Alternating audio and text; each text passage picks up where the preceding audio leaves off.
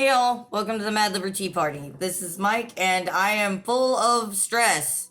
I mean, who isn't? We've all got stress. Stress is everywhere. It's all around us. It comes from normal things like work and home and our own selves making up things that really don't actually exist in our heads. It comes from everything. It comes from other people. It's like it's normally obviously it comes from politics, but we'll get into that. It's normally rough for everybody. It's not easy for anyone. um but when we let it get out of hand, and we get close to being overwhelmed, or we get overwhelmed, it's even worse. At that point, it's not a burden on you, it's a burden on you and everyone around you. And I know that this is nothing new. This is no special secret guru thing I'm gonna freaking reveal to you that nobody has ever thought of before. Um, this is this is just something that I wonder if we think about enough. We're constantly talking, like I'm constantly talking about the narrative and how, you know, there's this dichotomy of practice here that and the media keeps people, away from it, and we don't know what's going on or anything like that. We have to seek the truth instead of just taking what's handed to us and stuff. Um, to me, the existence of that thing is a constant stressor. But when you're bringing new people in, um, when you find somebody who has spotted a scratch in the glass, and they want to, like a crack in the glass, and they want to look through it, and you have the opportunity to give them something to look at, um, you can give it. I mean, like, I try to give it to them easy at first. I give them something simple, something not too crazy, something that they can digest pretty good, and that usually goes okay. I mean, obviously, by the time it's over, they're usually a little bit upset because, like, there's no way to tell them the truth about certain things without, upsetting them, because the truth is upsetting. The truth is stressful. The truth is hard. Um, I have watched people, on my encouragement and others, to go look deeper into the situations they're curious about themselves, and the next thing you know, they've run screaming back to where they were. They don't even want to think about the glass even existing there. Um, the truth is stressful. Watching it happen day by day, even those that of us who are used to it, I think that we all know that it stacks on us.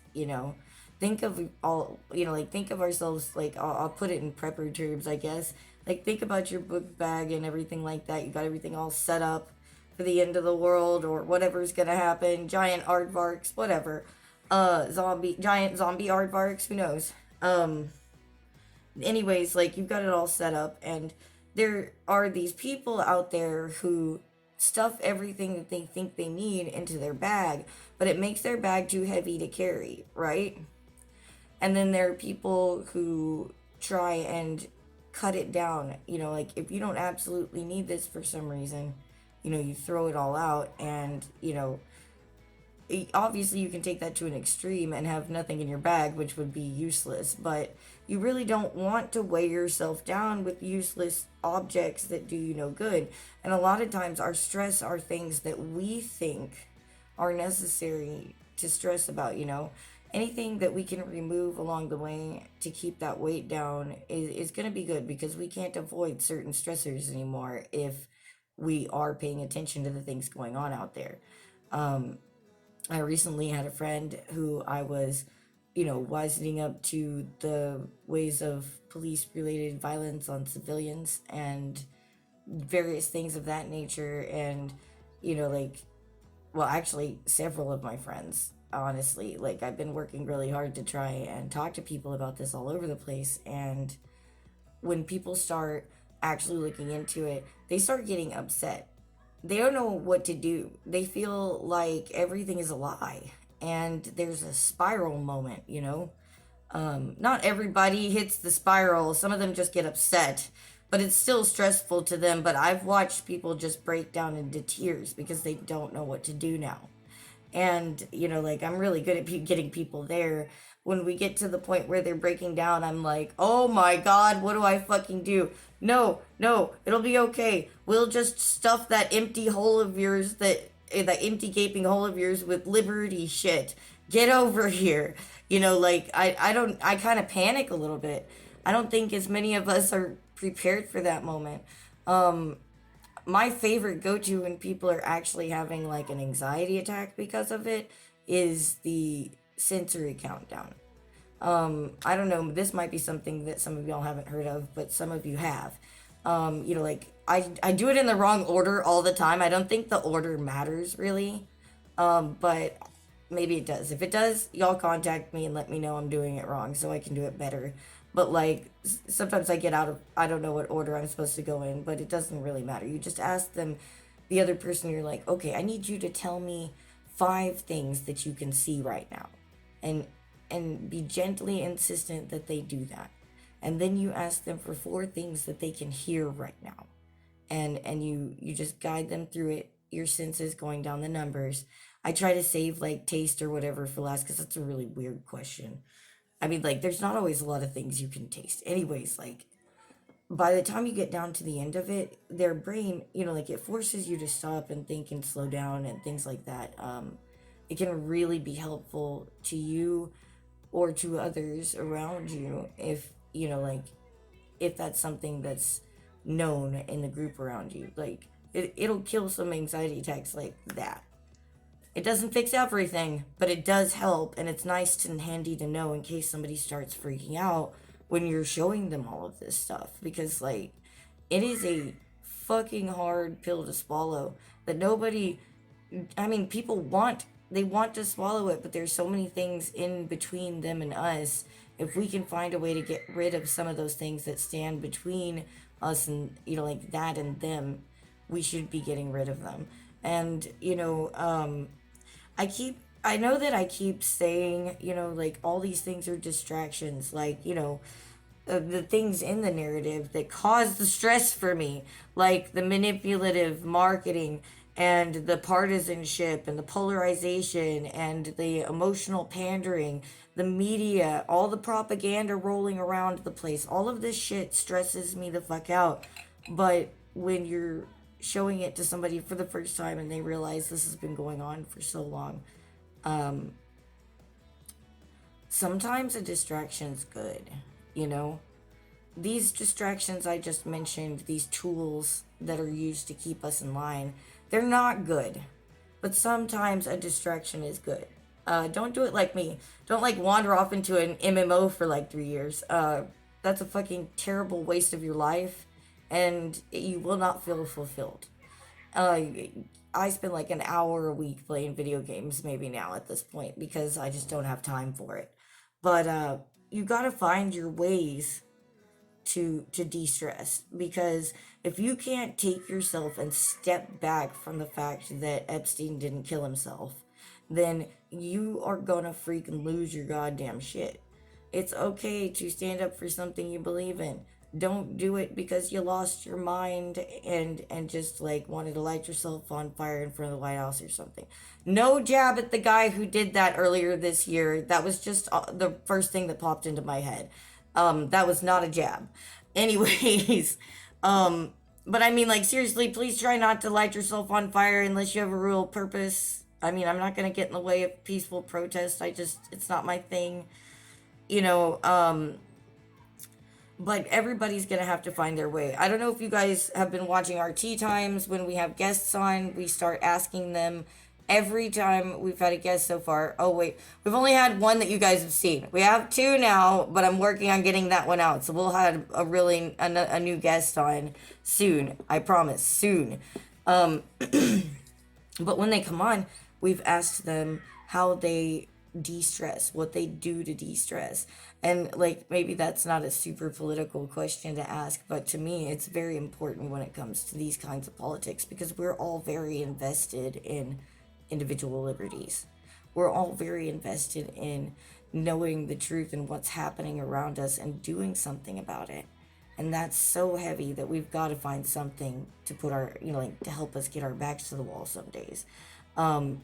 A lot of them have given us some pretty good lists. I've talked to the people in our community.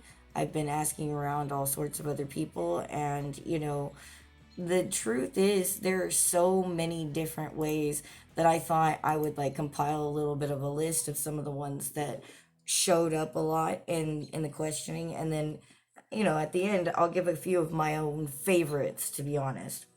I'm trying to drink coffee out of the wrong side of my coffee cup. Look at me over here. The stress is getting to me, y'all. That's good stuff.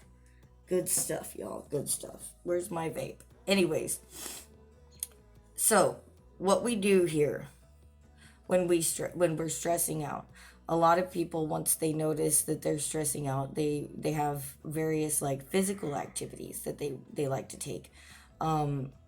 Walking, that one I put with everybody else's, but it's also one of my favorites. I like to walk. Any form of exercise, a lot of people like to say pacing. You're not going to be surprised that several people mentioned that when they were stressed out, they go out shooting because it helps them de-stress. Driving, a lot of people said that they like to go out driving. Now, if you get road rage while you're driving and you're already stressed out, probably don't do that. But a lot of people actually chill while they're driving. I didn't want to say it, but basically, like, 3 out of 5 people all said that they masturbate. Okay, I said it. It's true. We all fucking know it's true. It'll help you de-stress. It gives you a boost, a little chemical boost. Do your thing. Whatever. Keep it to yourself. None of my business. I noticed that there were also a lot of people that hang around these groups that will talk to me and stuff that have like mental and spiritual style like step backs. Like I know some people who do Reiki, some people who just do various like mindfulness practices, lots of different types of meditation, be it like a more physical meditation like a Tai Chi workout, or like just backward step down into Avalon kind of thing. All sorts of different people do things like that, or just like sitting and reflecting on the situation in a peaceful place. You'd be surprised at how much a little bit of quiet, how good a little bit of quiet can do you.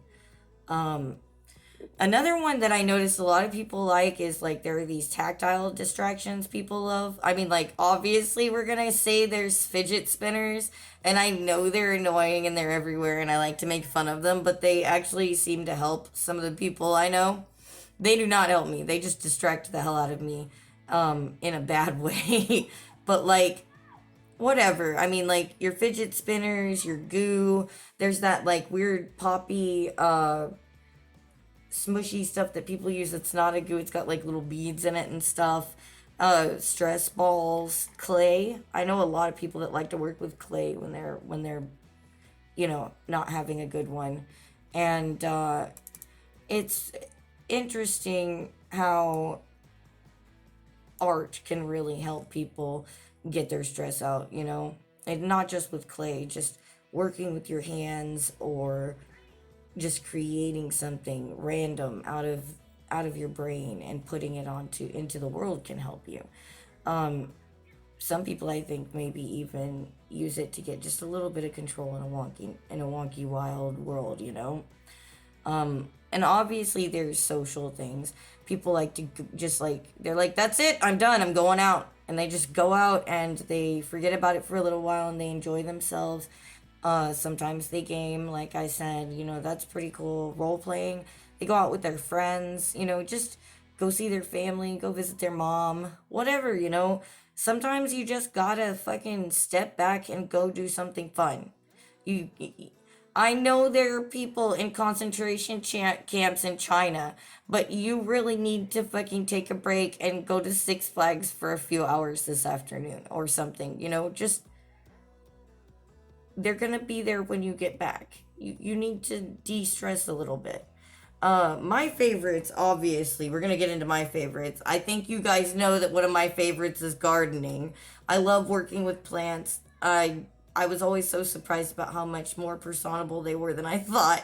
But I really enjoy them, and they are just so stress relieving to be around. Nobody, I don't have to deal with anything. I just sit there and enjoy them and take care of them. Obviously, I love the marijuana for the stress relief. It's very good. A lot of people use it. You don't even have to use marijuana. Like on occasion, I'll take like my coffee cup here, and I've got this teeny tiny scoop, and I'll take a little bit of the CBD and put it in my coffee when I make it, and I'll just drink my coffee or something like that. Just it doesn't make you high or anything. It just helps you chill out. I like also, instead of just walking though, I like purposeful wandering. And what I mean by that is like I go out looking to go in directions I haven't gone before to find things that I haven't found before. And the seeking, the questing of it actually it's very distracting from your woes and stresses. I did that after my father died. I kind of had to put some space between me and everything. The other thing that I really like to do are I like to listen to stuff, like not music though. Like music is good for a lot of people, but for me I prefer something like an audiobook or a lecture. Also, I am really into deep whisper ASMR, and if people like I make fun of people who listen to ASMR even though I listen to ASMR, but like if it looks stupid but it works. It's not fucking stupid, and it's nobody else's business. Not We've got to get out there and get busy, but we've got to make sure that we're taking care of ourselves. You know, we've got to also make sure that we're prepared to help these people who don't know they're gonna have to take care of themselves this way to find ways to do it too, because they don't know they're about to fall like feet they're about to fall all the way into like frozen waters, because like nobody knows exactly what they're about to find when they open up that first page, and we got to be there to help each other. Speaking of being there to help each other, um on the 27th, I'm gonna have a birthday party, and it may not necessarily be there to help each other, but I think maybe we could come together and meet each other and do some talking. We're gonna share a movie, V for Vendetta. We'll be doing it in Discord on December the 27th at 6:30 p.m. I'll probably be in there a little bit early if you guys want to stop by and stuff. I don't really celebrate my birthday with my family and friends at on the date because it's so close to Christmas. It's just a pain in the ass. So I'm gonna celebrate it with you guys, talking about liberty. Please, if you like this, if you like the video, if you hate the video, if you disagree with me, if you have good ideas, if you want to just come talk to me about some stressful political shit and get it off your shoulders, like I'm willing to be that ear. We need more people out there willing to be that ear, because there's a lot of mouths that need that ear. Anyways, y'all like down here if you liked it, and subscribe and hit that bell wherever the hell it may be. Maybe it'll work, maybe it won't. I hear people say both, but might as well try, won't hurt. Get out there and share this. We really appreciate it when you guys do, and it really does help. So I look forward to seeing you guys later. Maybe I'll see you guys at my birthday. Get your butts in here and get in our social media boxes and stuff, and give us a yell. Join the conversation. Until then, be safe and be free. This Mad Liberty Party is adjourned.